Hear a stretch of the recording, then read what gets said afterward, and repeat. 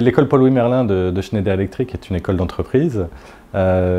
qui forme des étudiants dans le domaine du bâtiment communicant, qu'il soit résidentiel ou tertiaire. Nous venons chaque année au Synergy Lab puisque ce bâtiment permet de réaliser des travaux pratiques pour mettre en situation nos étudiants sur les problématiques de la transition énergétique, du confort thermique et de toutes les problématiques liées à la gestion de l'énergie. Ça permet de les mettre en situation sur les énergies renouvelables, sur des TP sur la caméra thermique pour voir les déperditions dans le bâtiment et de pouvoir mieux appréhender ces problématiques et de trouver ou en tout cas pouvoir imaginer ces solutions sur tout ce qui va être le bâtiment de demain. Aujourd'hui, les bâtiments évoluent, les technologies évoluent, les techniques évoluent et ça permet aujourd'hui de pouvoir proposer encore une fois, soit dans la partie résidentielle,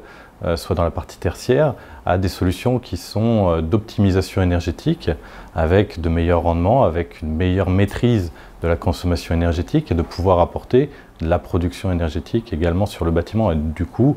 optimiser la facture énergétique, optimiser l'impact environnemental qu'on peut avoir sur les consommations d'un bâtiment. Donc aujourd'hui, les solutions, si on prend les solutions purement résidentielles, permettent d'assurer un confort optimum pour les occupants tout en assurant cette optimisation énergétique.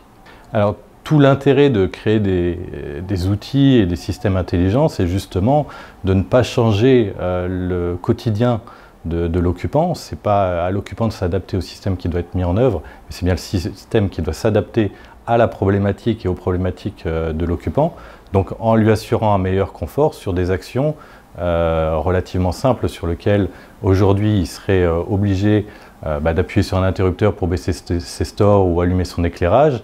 Le système aujourd'hui est capable de pouvoir apprendre des habitudes de l'occupant pour s'adapter derrière. Et à travers tous ces automatismes qui vont pouvoir être appréhendés et être appris par le système, d'obtenir un meilleur confort, un meilleur usage et par voie de conséquence également obtenir une gestion énergétique plus intéressante et plus optimum. La notion de confort, c'est aussi apporter de la sécurité aux personnes, apporter ce confort dans l'accompagnement dans la vie des différents occupants et justement de pouvoir les amener jusqu'à les maintenir dans leur domicile le plus longtemps possible pour éviter qu'ils soient par la suite dans des EHPAD ou dans des instituts spécialisés. Et ça, aujourd'hui, les systèmes sont, par leur évolutivité, permettent de pouvoir accompagner durant toute la vie de l'occupant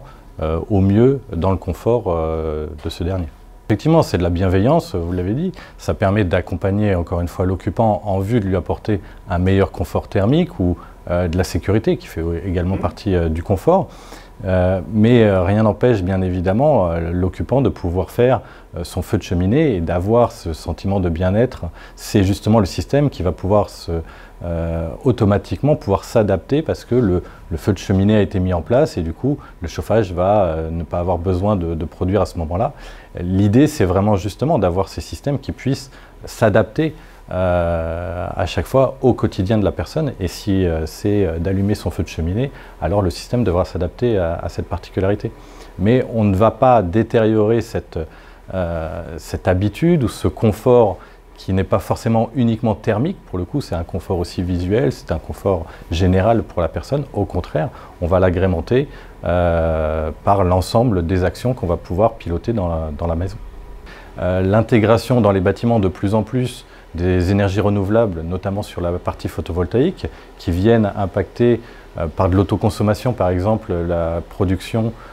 et la consommation de l'occupant, va être gérée de manière intelligente par le système pour savoir est-ce qu'il est préférable d'utiliser le courant produit par EDF ou son installation photovoltaïque. Est-ce qu'il est plus intéressant de stocker l'énergie en vue de la dépenser à un moment où l'énergie sera plus chère ou parce que justement il n'y aura pas de soleil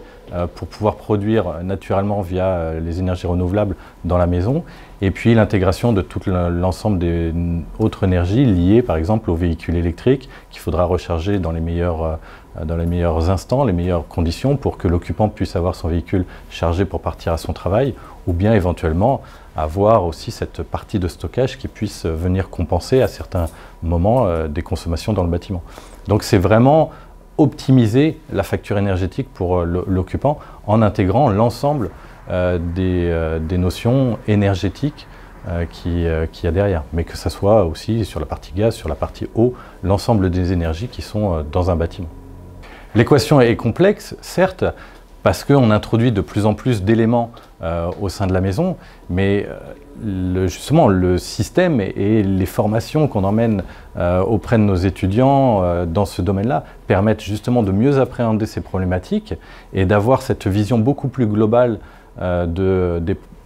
l'ensemble de la maison et des besoins d'un occupant en vue de déterminer un système qui soit le plus adapté possible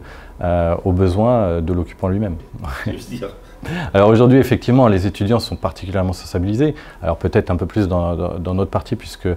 notre école est liée au développement durable de chez Schneider Electric et on les accompagne dans cette prise de conscience liée au climat, liée aux problématiques énergétiques et donc ils sont vraiment sensibilisés. Ils savent que ces problématiques énergétiques sont actuelles mais sont aussi pour demain. Et c'est ce qui les emmène aussi dans ces différentes technologies, ces différents systèmes, en tout cas ces domaines d'activité qui sont justement la gestion globale de l'énergie. Alors pour nous, les échanges de nos étudiants avec l'environnement extérieur, que ce soit par des conférences, par des intervenants professionnels auprès de nos étudiants, est vraiment important puisque c'est les confronter à la réalité, les confronter à ce qui se passe dehors, en dehors de leur formation et ce sur quoi ils vont être confrontés demain. Synergy Lab est justement un très bon exemple de mise en situation de nos étudiants dans un contexte réel d'un appartement connecté, des énergies renouvelables. C'est un contexte idéal.